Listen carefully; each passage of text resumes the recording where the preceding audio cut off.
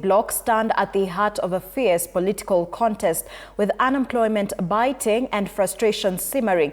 After the Gen Z protests, politicians are now seemingly dangling cash, handouts and short-term promises to ostensibly win back loyalty. But analysts warn this is political tokenism, not empowerment.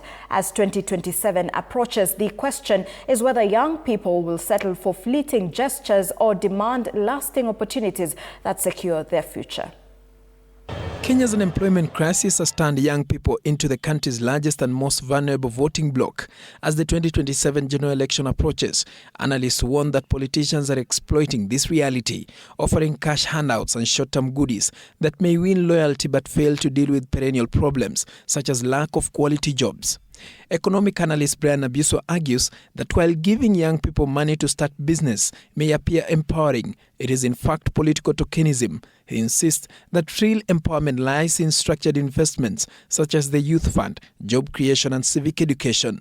It's a good program, but how sustainable it is to these young people, that is the problem. Because we understand if really the president meant well and he really wanted to help the young people, there are very strong teething issues which are affecting the young people. Unemployment. The youth who forced the government to reject the finance bill and reshuffle the cabinet after the Gen Z protest remain frustrated. Many, despite many interventions, the government says are to empower them, say their issues, especially employment and political inclusion, have not been addressed. Most of the young people, they don't understand the rights, their political rights. They don't understand what should be done to them from their leaders. That is why now they know that a politician or a leader is the one who will solve their short-term problems. Analysts caution that without genuine empowerment, young voters may be swayed by who has the deepest pockets rather than by policy or vision. Political pundit Gakuna Castro notes that many young people are disengaged, focusing on survival rather than politics. Some of them are only interested with the working economy. They are only interested with job opportunities. They are not interested with this comic politics that we have been continued.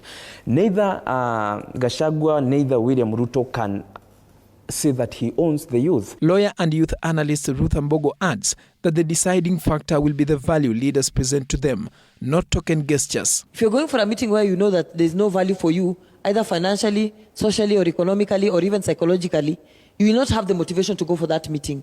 President William Ruto, speaking in Nyeri, insisted that leaders will be judged by their track record in 2027. Kila mtu achaguliwe na ile kazi amefanya. Recently, he promised training opportunities to help youth access government procurement and economic programs. As 2027 general election is approaching, every political player is pulling on their side to win the votes of Gen Z.